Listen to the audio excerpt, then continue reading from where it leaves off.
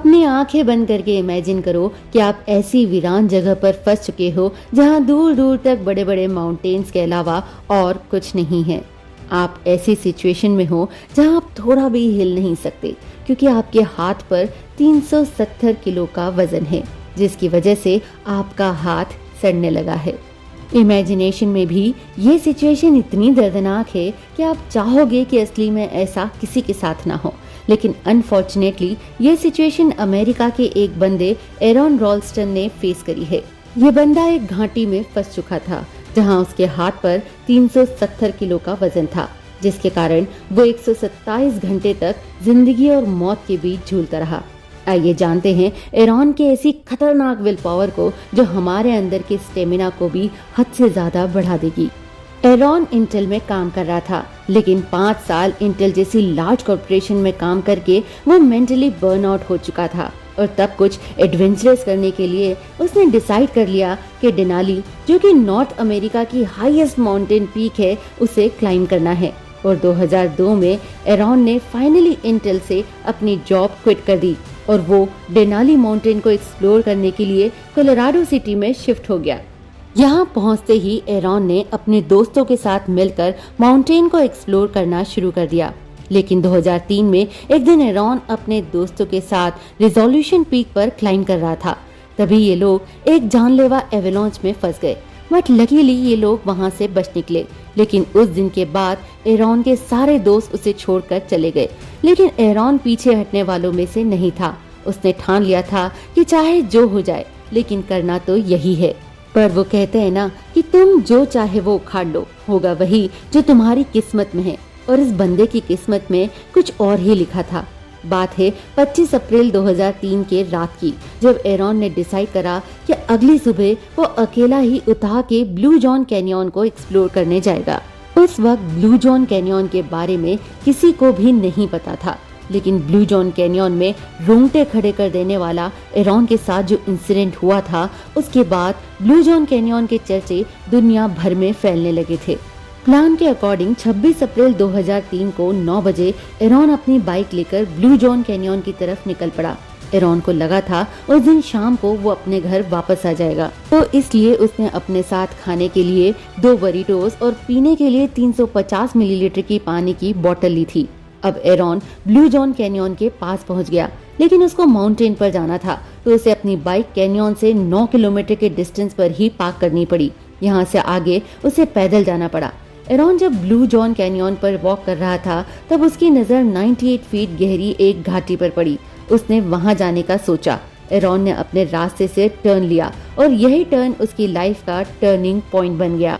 Aaron step by step canyon में नीचे उतर रहा था और तभी एक 370 किलो के वेट का एक बहुत बड़ा सा पत्थर फिसलकर एरॉन के हाथ पर गिर गया। उसका हाथ कंप्लीटली उस पत्थर के नीचे दब गया। दर्द के मारे वो चिल्ला रहा था और जोर जोर से हेल्प के लिए आवाजें लगा रहा था, लेकिन सिटी से 32 किलोमीटर दूर और सरफेस लेवल से 98 फीट नीचे से कितनी भी आवाज लगाई जाए तो भी कोई बंदा हेल्प के लिए नहीं आ सकता था। कॉल करके किसी को हेल्प मांगने के लिए उसके पास फोन भी नहीं था। एक एक सेकंड कीमती था और दर्द बढ़ता जा रहा था। ऊपर से किसी को इन्फॉर्म करे बगैर ही वो यहाँ आ गया था, इसलिए उसे ढूंढते हुए यहाँ कोई आ जाएगा या आखिरी उम्मीद भी अब बची नहीं थी। Aaron was completely helpless.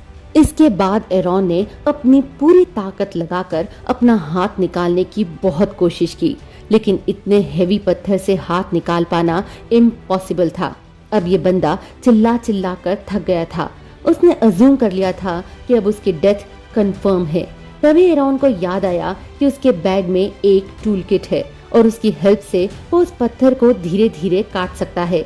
उसने एक हाथ से बैग से टूल किट निकाला और कंटिन्यूसली 15 घंटों तक उस पत्थर को काटने की कोशिश की, लेकिन इतने छोटे टूल किट से इतने बड़े पत्थर को ब्रेक करना इम्पॉसिबल था। अब 15 घंटों के बाद एरॉन को रियलाइज हो गया कि अब उसके पास मौत के अलावा और कोई रास्ता नहीं बचा है। अब तक उसके पास खाना और पानी दोनों खत्म हो चुका था, इसलिए उसने लिटरली खुद की यूरिन पीने का डिसाइड कर लिया। इवन उसने अपने हाथ से कैनॉन की वॉल पर अपनी डेट ऑफ बर्थ और pre assume date of death भी कार्व करी और अपने कैमरा में फैमिली के लिए last goodbye video record करके रख दिया। अब जैसे ही रात हो गई उस कैनॉन में बहुत ज्यादा ठंड बढ़ गई, जिसकी वजह से एरॉन की तबीयत बिगड़ती जा रही थी। 5 दिन ऐसे ही दर्द में बीत गए। एरॉन ठंड के मारे कांप रहा था। ठंड से अपने माइंड को डाइवर्ट करने के लिए एरॉन इमेजिन करने लगा कि वो अपने फ्यूचर में होने वाले बच्चे के साथ खेल रहा है और उसका एक हाथ टूटा हुआ है। तब उसने एक काफी खतरनाक डिसीजन लिया। इतने दिनों तक ब्लड फ्लो रुकने की वजह से एरॉन का हाथ अब सड़ने लगा था, लेकिन उसने डिसाइड कर लिया कि वो अपना फंसा हुआ हाथ काट देगा। उसने जेब से नाइफ निकाला और हाथ को काटना शुरू कर दिया, लेकिन वो नाइफ रस्टेड होने की वजह से उसकी हड्डी को काट नहीं पा रहा था। तो उसने सोचा कि पूरा जोर लगाकर वो हाथ की हड्डी को तोड़ देगा, और आप मानोगे नहीं, उसने सच में ऐसा किया। एरॉन ने लिटरली हाथ की हड्डियां तोड़ दी और हाथ काट दिया और वहां से फ्री हो गया। फ्री होने के तुरंत बाद ये अपने टूटे हाथ को लेकर 65 फीट नीचे उतरा, उस घाटी से बाहर निकला और 10 किलोमीटर तक पैदल चल पड़ा। तभी वहाँ एक फैमिली वेकेशन पर आई हुई थी और उन्होंने एरॉन को देख लिया और पुलिस को इन्फॉर्म करा और फाइनली एरॉन को वहाँ से बचा लिया गया। अब आप सोच रहे होंगे कि एक हाथ गंवाने के बाद एरॉन ने कभी माउंटेन की तरफ मुड़कर नहीं देखा होगा, बट यू आर रॉन्ग, क्योंकि एक वक्त पर खुद डिमोटिवेटेड रहने वाला ये बंदा आज एक मोटिवेशनल स्पीकर, मैकेनिकल इंजीनियर और एक बेस्ट माउंटेनियर है, जो अपनी इंस्पायरिंग कहानियों से लाखों लोगों को मोटिवेट करता है। और एरॉन के इस इंसिडेंट पर हॉलीवुड ने 127 आवर्स नाम की एक मूवी भी बनाई है, जो काफी हिट थी। आई होप कि ये स्टोरी आपको किसी भी बुरी सिचुएशन में से निकलने के लिए काफी मददगार साबित होगी और आपके विल पावर को 10x कर देगी। इसी तरह की मोटिवेशनल स्टोरी सुनने के लिए जुड़े रहिए मेरे साथ ऑन सोनालीज पॉजिटिव कनेक्ट।